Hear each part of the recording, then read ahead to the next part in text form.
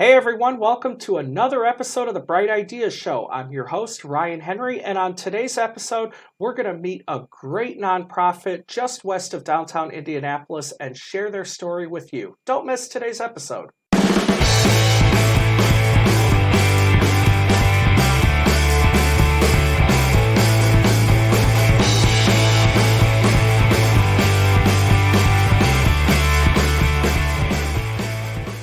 Hey everyone, welcome to the Bright Ideas Show, where each episode we bring you a small business owner or nonprofit or community influencer who is doing great things in central Indiana, and we share their story with you.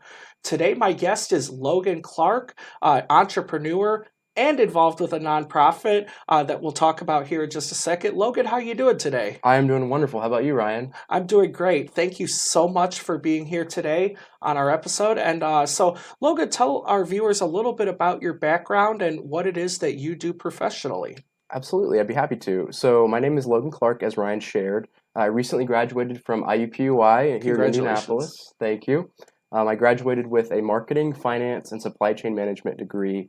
And how I choose to spend my days is split between photography for small business owners as well as individual clients, as well as being the location leader for the Isaiah 117 house here in Marion County. Nice. And so, Logan, let's talk about Isaiah 117 House. So, what is that organization? So we help children transition into foster care through the use of a comforting and inviting home, as well as food and other material items they might need to help ease their transition into foster care, as well as providing that sort of refuge for the family case managers that have a really hard job, especially on removal day, which is when it's ultimately decided it's in that child's best interest to be removed from their home. Mm-hmm. So we have a house, just like you mentioned, on the west side of Indianapolis that is that safe refuge for the children, for the case managers, as well as us being able to provide resources to the foster families that will eventually accept placement of those children. Wow.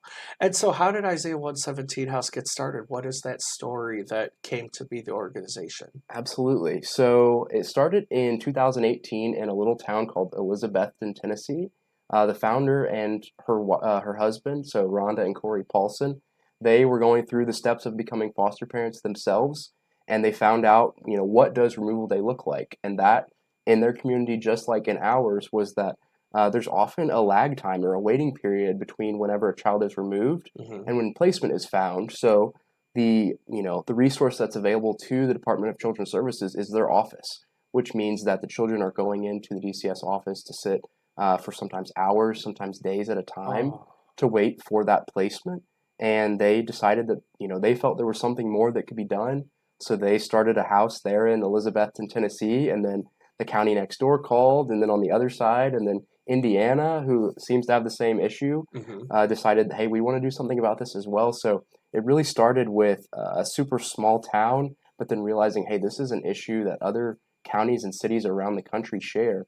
So now we have just over 50 locations in, I want to say, about 12 different states at this point. So it is a universal issue throughout the United States.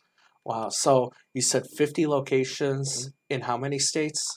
I believe 12. That's the piece that I'm not confident on. So we have 52 locations that are in either open or in some sort of construction or expansion. We have 22 open homes.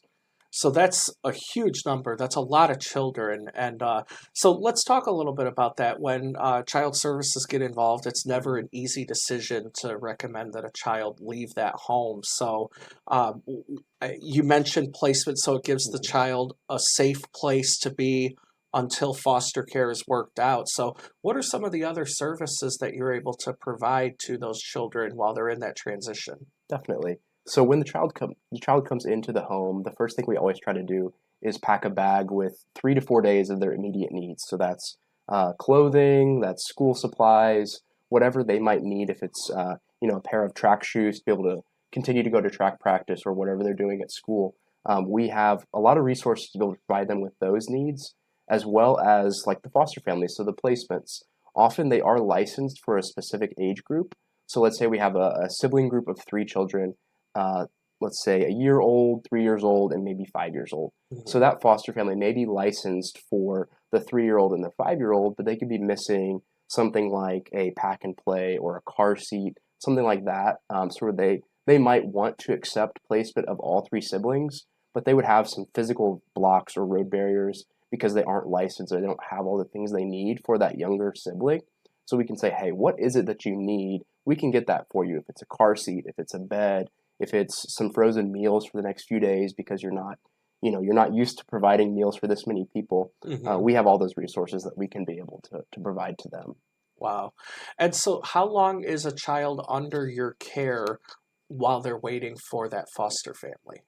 So that can be anywhere from a few hours to a few days. So under that 72-hour window is when we feel we have the most impact because we can provide for their immediate needs. And there always is a family case manager that's present with the child or with the children while they're in our house. So that is another way that we're able to impact as well. That they're not, dropping them off and then we're ultimately responsible for them at that point. They always are there with them so that way we can provide the resources not only to the children, but to try to make the family case manager's job easier. Nice. So, kind of like you are the organization that gathers the resources so that that transition is smooth. The case manager has everything they need in line to do what's in the best interest of the child. Yes. So for the case managers, we have an office in our house that they're able to go in, close the door. We have a nice big picture window. We have a TV with all the cameras that can be seen throughout the house. So if they need to step in there and make a sensitive phone call about the child or the case that's going on, they can have that privacy, Hmm. as well as if they want to be just as part of the fun, if they want to make slime on the kitchen table and have coffee and drinks and all the things that we get to share with the children as well, we can just make it a warm and welcoming environment for everyone involved. Nice. And so you mentioned a few moments ago that, let's say, the foster families who may be equipped to take care of kids in one age group but not another. You mentioned things like a pack and play if they're not able to take care of infants. So, are you kind of a resource hub as well for making sure those foster parents have the supplies and the expertise that they're going to need to continue to care for that child? Absolutely.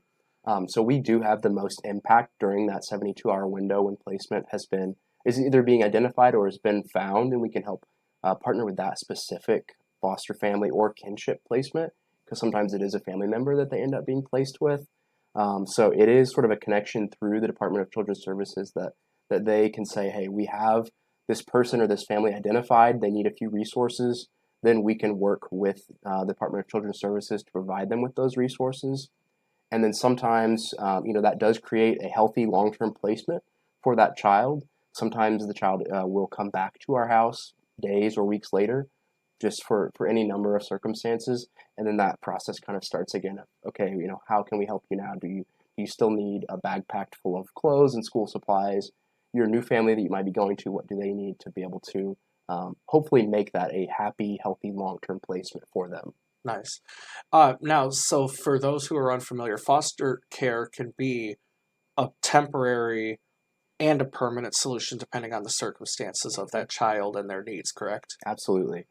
So there really is no quota or standard as far as how long a foster family might accept placement of a child. There are a lot of, as you could imagine, a lot of different factors depending on if they already have children in their home or if it's a holiday coming up and they're just willing to accept them for a few days or a few weeks, because they know it's a turbulent time in our world. So it can be something short term where they just go to placement for the weekend, and then after that, the department needs to find a longer term placement, or it can be, that child might be in their home for a number of months or even years without being adopted because the adoptive process is a bit of a different track and longer term than just foster care. Yeah. So let's talk about the circumstances in which a child enters the foster care system. What are Mhm. some of the unfortunate circumstances that result in that child needing your assistance? Definitely. So, abuse or neglect are the two terms that often come to mind when it is determined that a child should be removed from their home. So that is something we don't feel we need to shame the parents or blame them in any way because there are circumstances that sometimes prevent them from providing for that child. We do believe that the parents love their children and want to do right by them, but sometimes they have um, problems, there are things that happen in their lives that prevent them from giving their child the very best, and that would be a circumstance in which they might be removed. There's also things that others might not think about in that the parent might have a sudden illness or a car accident, or they get stuck, they work out of state for a sort of job and they can't get back in time to take placement of their children if they're splitting custody. There are a full list of different circumstances that might happen when the department might need to be involved in making sure that that child is cared for. Wow. So, Logan, let's talk about this. You mentioned there's so many resources that you're able to provide for children under your care as they're navigating the foster system. How do you guys get the resources that you need to be able to provide that care?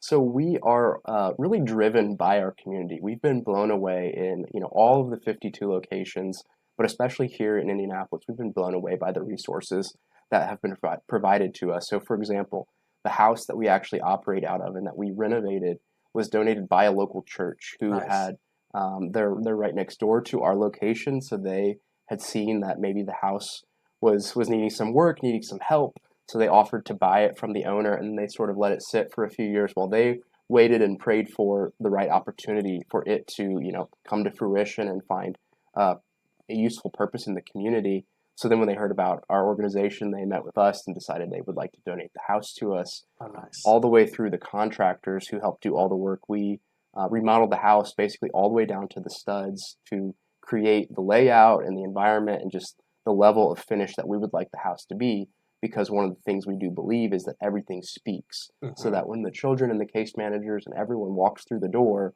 we really do want there to be a wow factor that, like, yes, all of this is for you. We created this house just for you on this really hard day that you're experiencing it, because it's not your fault. You're not forgotten. You're not alone. We are all here just for you. Nice. And so, as a nonprofit organization, there's always an opportunity for folks to make a donation, right?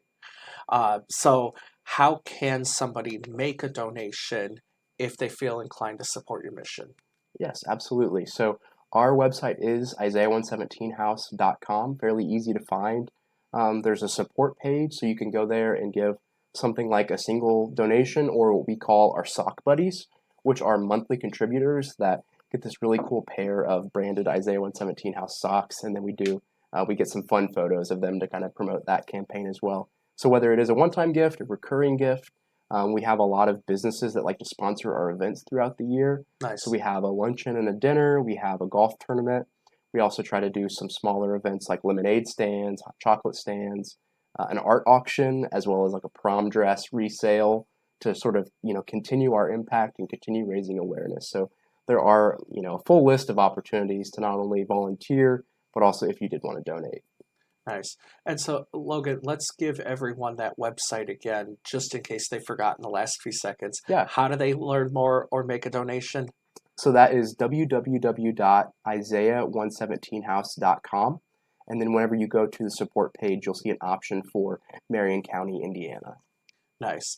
And so you mentioned that you have several fundraisers throughout the year. Mhm. It's the beginning of February now. What are some of the events that you have coming up? Yes, so right here in February on the 22nd, we have our luncheon and dinner that's hosted at 1899 on the west side of Indianapolis. So we have from 12 to 1 p.m. is our luncheon. We understand people have a lot in their schedule, so we'll get you in, share the story and the mission, provide some lunch to you, and then allow you to get back to your day. As well as that night, we have our dinner. So doors open at 5:30, and the program is from 6 to 7 p.m. Nice. And so can someone find tickets on your website, or is there a different place they should go to register? So the best way to register for that is to contact us, whether that's through our email or through our social media. And then what we do is we have table hosts. So we have our tables spread out throughout the venue. We know which hosts have open seats and which do not. So then we can partner you with that table host, and they're kind of your go-to contact as it gets closer to the luncheon or the dinner date. Nice. So, Logan, let's talk about this. There's always such a need for foster parents, and I know this might be a little beyond once the child leaves your facility. Mhm. But what are some of the resources that someone would need to be aware of if they're interested in fostering a child? So if they are interested in fostering a child, there are a lot of local training programs they can go through. Some of those, there is a cost associated with them. Often they're between 5 and 10 weeks that they would go through as a family to be able to sort of receive all the information, all the training they might need. There's multiple background checks, fingerprints, things like that, different interviews with the department, as well as like a home study. So they would visit your home and then see exactly how many kids do you have? Do you have pets? What's your home environment like? Is it clean? Is it nice? That kind of thing. So then you would become a licensed foster parent, and then you essentially get added to a list that when there is placement that's needed, you would get a phone call and they would ask, hey, we have these children that are in need of placement. Are you able to accept them in your home? And so then at that point, the person receiving the call says, yes, we can accept them, or if they're not able to. And then from there, you're contacted so that you know they're coming. Like, what does that process look like? Definitely. So we often have between 30 minutes to an hour worth of notice before we know that a child is coming to our home. So we don't have a whole lot of insight into the removal process. We just get a phone call. So we are open 24/7, 365. There's someone from our house that's on call all the time. So we receive a call from the department that there's a child in need of placement, or oftentimes several siblings that are in need of placement. Then they come to our house, spend, a number of hours, number of days potentially, getting all the things they might need, as well as, just sleeping in a bed or on the couch, playing Nintendo Switch or Xbox, if that's what they'd like to do. And then, yes, so after that, once placement has been found, then they would move on to the foster family. But just to give you an idea of the difference that it might make in them coming to an Isaiah 117 house versus not, is unfortunately there's oftentimes they're removed after school or in the middle of the night, and the children aren't expecting it. So Hmm. they're not exactly able to pack, all of their belongings from home. They might just really have what's on them at the time. If that's the clothes on their back, oftentimes that's what they enter our house with. So to be able to call that foster family and say, this child has had a bath, they've had their dinner tonight, they have a duffel bag full of clothes for the next few days, as well as school supplies because they do need to go to school tomorrow morning, just like every Right. other child, versus that phone call coming in at 9 o'clock at night that we have a sibling set of one, two, or three that they don't have anything. Then that foster family would not only need to care for the children, But but now in that supplies. really, narrow window of time, they would need to go to Walmart or Meijer, somewhere that's open late, and find all of the things that those children might need. So I know this is a heavy topic that we've been discussing here, but Logan, I'd like to ask you about a positive or a memory that just really sits in your heart that you've had working at a Isaiah 117 house. Yeah, so the faces and the stories really are what keep all of us going. It's a hard topic sometimes, and it's very emotionally heavy. For me, there was a little boy about 2 or 3 weeks ago that I was able to, he came into the house with multiple siblings. He was the oldest, and he knew what was going on. He knew that he was not going to be going home at that point, and he had a lot of anger, a lot of frustration, understandably, Hmm. that he just kind of wanted to run away. So in that moment, I knew it wouldn't have been good for him to run away in the middle of January when it's cold and snowy, and he really Yeah. didn't know where he was at. He wouldn't know where he was going to be running away to. So I was just able to sit with him for a little while and say, hey, we don't have to talk, but I just want you to know that you're not alone and that everything that's happening to you today is not your fault. So fast forward a few hours later, he had sort of gotten a grip on his emotions. We had ordered some McDonald's for them to eat. The food is always something that, even though it might seem like the smallest little thing, just some warm food in your stomach and a Sprite or a Coke or whatever to kind of recenter you and make you feel like yourself again Yeah. was something that we were able to give to him and his siblings. And then fast forward a few hours later, we had packed a bag full of clothes for him. Him and I were playing Madden on the Xbox, playing some Nice. football together, and yeah, it was just really in the matter of 2 or 3 hours, it was a transformational change from him being extremely upset by what had happened that day and wanting to run away, which wouldn't have been good for anybody in the process, Right. to then sitting there perfectly content playing Xbox and then confidently walking out the door knowing the next place that he would be going. So, Logan, let's talk again.